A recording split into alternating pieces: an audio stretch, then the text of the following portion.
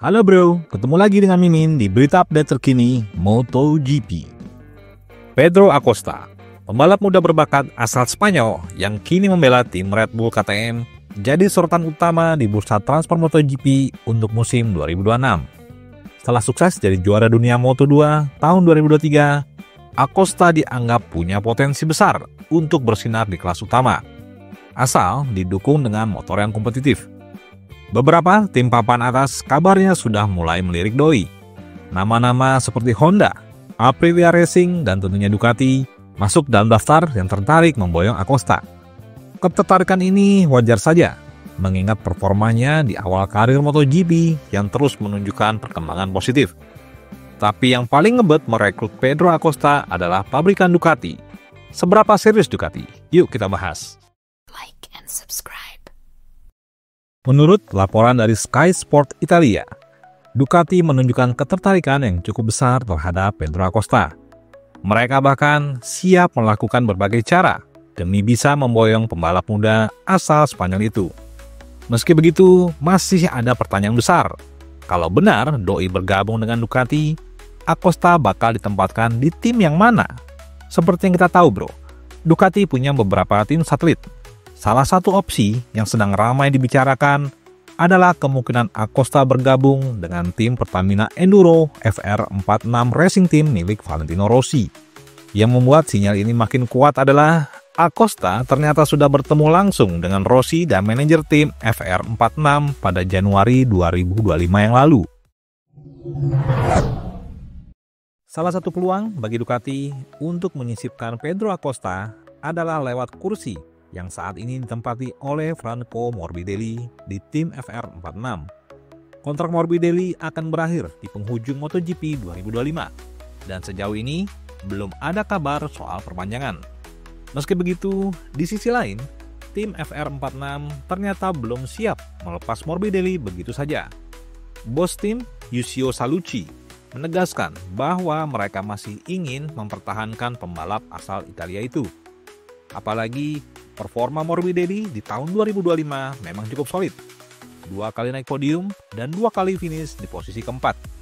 Saat ini, Franco Morbidelli juga tengah duduk di peringkat keempat klasemen sementara MotoGP 2025. Kami punya Franco, pembalap yang sangat kami sukai, ujar Salucci.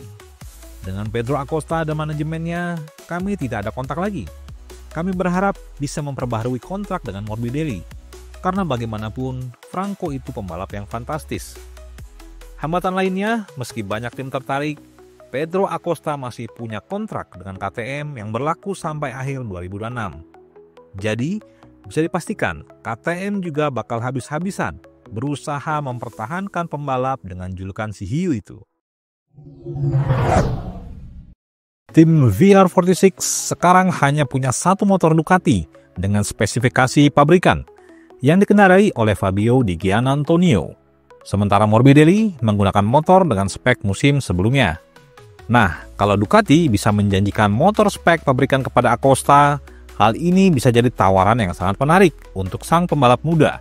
Tapi meskipun minat Ducati cukup besar, jalan untuk merekrut Acosta masih sangat panjang dan penuh tantangan. Banyak hal yang harus dibereskan sebelum skenario itu bisa benar-benar terjadi. Like and subscribe.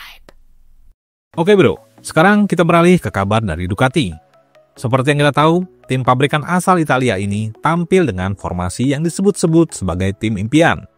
Menggabungkan 2 juara dunia dalam satu garasi, yaitu Francesco Bagnaia dan Marc Marquez.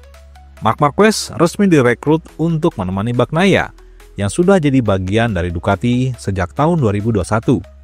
Meski keduanya mengendarai motor yang sama, performa mereka sejauh ini cukup berbeda. Di atas kertas, mereka adalah duet yang tangguh, tapi di lintasan, hasilnya masih menunjukkan adanya jarak di antara mereka. Di 6 seri awal MotoGP 2025, Marc Marquez benar-benar menunjukkan kelasnya. Pembalap yang dijuluki Baby Alien ini tampil sangat konsisten dan dominan. Catatan statistiknya pun impresif.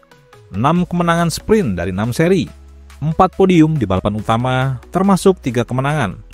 Sementara itu, Francesco Bagnaia belum mampu menunjukkan performa sekuat rekan setimnya. Doi hanya mencatatkan 4 podium di sprint, 4 podium di balapan utama, tapi baru 1 kemenangan. Performa Marquez yang begitu kuat membuat sorotan mulai mengarah ke Bagnaia. Sebagai juara dunia MotoGP 2022 dan 2023, banyak yang bertanya-tanya, kenapa Pecco tampak kesulitan bersaing, bahkan dengan pembalap dari garasi sebelah. Performa Francesco Bagnaia makin jadi bahan pembicaraan setelah Grand Prix Prancis. Dalam balapan tersebut, ia mengalami 2 kali kecelakaan dan gagal finish. Hasil yang langsung memicu kritik dari berbagai pihak. Banyak pengamat menilai performa Bagnaia musim ini jauh dari harapan. Bahkan, mulai muncul suara-suara yang menyebutkan bahwa posisi Doi di Ducati bisa saja digantikan jika situasi tak segera membaik.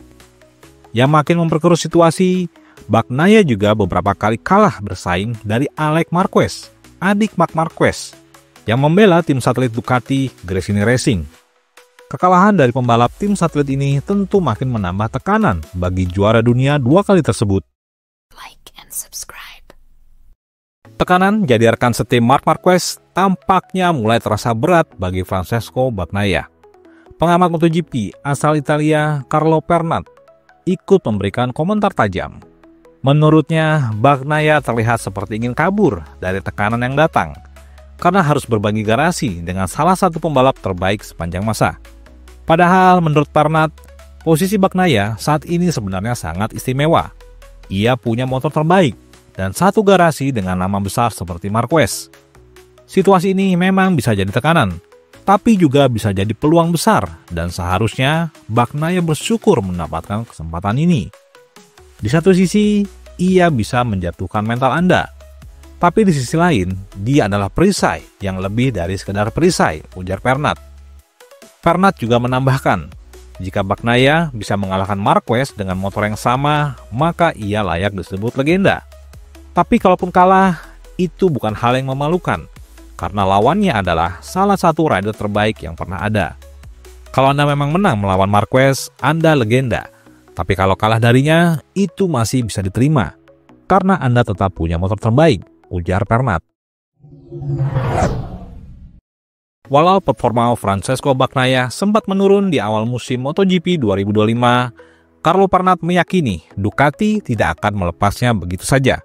Menurutnya, Bagnaia sudah menjadi bagian penting dalam identitas tim pabrikan asal Italia itu. Bagnaia adalah bagian dari cerita Ducati. Dia tidak ingin pergi dan saya yakin Ducati juga tidak akan membuangnya, ujar Pernat. Pernat bahkan membandingkan posisi Bagnaia di Ducati dengan Fabio Quartararo di Yamaha. Keduanya dianggap sebagai simbol dari tim masing-masing. Ini sama seperti Fabio Quartararo di Yamaha. Keduanya simbol tim mereka masing-masing, tambahnya. Like and subscribe. Francesco Bagnaia sedang melewati masa sulit bersama Ducati. Bersaing satu tim dengan Marc Marquez yang tampil luar biasa tentu bukan hal mudah.